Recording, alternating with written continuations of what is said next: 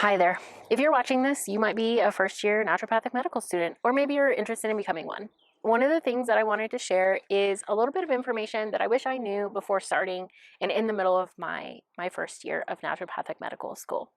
And the reason I'm sharing this is because there's a lot of information out there about medical students and their journeys, but there's not a whole lot about us as naturopathic medical students. We have a very unique program, and it is going to be just as intense, if not more intense, than some medical degrees.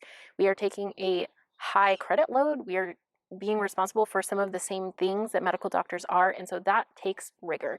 So one of the first things that I wish I knew before starting was that you are going to make mistakes. It's okay. It's going to look very different than undergrad. You're going to learn probably in the first semester or two that studying like undergrad is not going to get you the same grades that you have gotten in the past. You're going to need to find what works for you to study. So the first year, I remember being told, was really a time where you're learning how to learn. And that is true. I feel like test things out in the first year, but I wouldn't stray too far from things that you know work really well for you. If you are a tactile learner, then get in the lab. Spend more time in gross anatomy.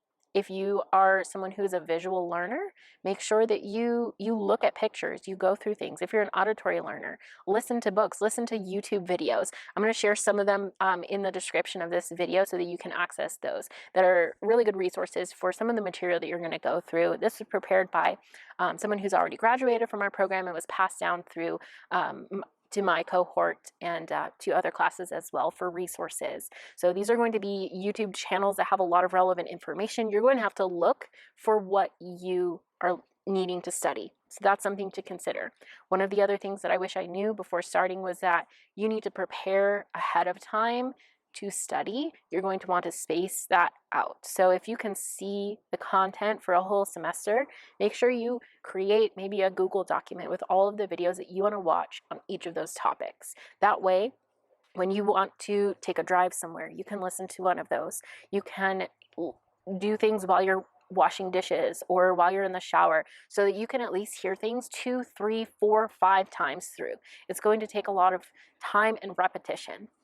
Another thing that I wish I knew was band your cohort together so that you can make Quizlets. These are flashcards that are digital. That means you can go through them. They also have a feature on Quizlet where you can, I believe it's called the flashcard feature right now, where you can swipe left or right for cards that you know well and you don't know well. Making sure to go through those multiple times and sorting out ones that you already feel confident in will help you get refreshed and get stronger with some of the concepts that you might be struggling with more, so you don't waste time going through concepts that you already know. Now, this might be a little late for some of you, but I really encourage people to consider doing the summer start. Now, what that's going to look like is you're going to start in July rather than September. And some people, maybe they need to work up until September so they have enough funds to make it through and put themselves through this program. However, that really is going to offload quite a few credits. Your fall is going to look significantly lighter. I actually worked all the way up until November of my first year because I did that. So I was able to spread out my first quarter into 2 chunks, and that made it a lot lighter for that 6 months. So that was something that I really wish I had known before I had started. Now, the next 2 things that I'm going to talk about are a little deeper. So the next one is going to be take a break. That could be 5 minutes, that could be 15 minutes, that could be 2 days, that could be 1 day, that could be an hour, whatever that means for you. But when we are going through intense times of testing, if we don't take breaks, at least for a little bit, our brain does not get to store that information and compound it and organize it and be able to have it prepared and ready to be filed out easily when we take that exam.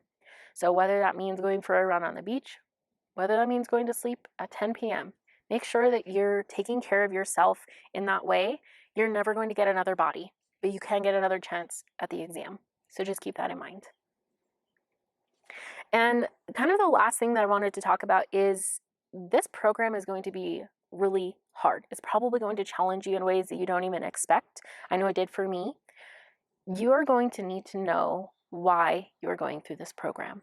If you're going through this program to make a lot of money, maybe that'll get you partway through.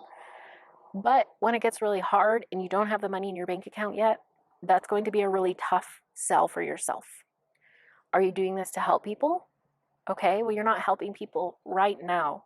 So, how is that going to get you through? Why are you doing this? You need to have that ingrained in your mind, and then you need to put it somewhere where you can see it all the time. So you can be reminded of why you're going through this endeavor, because it's going to get hard. And the people next to you are probably going to be just as fatigued. So it's going to be difficult for them to remind you of that. But you can remind you of that by having things put in place. For me, that's having an alarm on my phone that goes off. It's actually a note on Keep that's automated. It comes up every morning at 8 a.m. and it tells me why I'm doing that. It reminds me of that. It might be a little annoying. It might become a little mundane, but that's something that I have so that I can remember why I'm doing this, what I'm working for, and the ultimate goal of what I want and why I'm working so hard to get through this program. So I really hope that this is helpful for you. And if you have any questions, feel free to reach out. I'll put some contact information below. Feel free to set a quick call or send a message here on YouTube. So I hope that your first year goes well. And until next time, be well.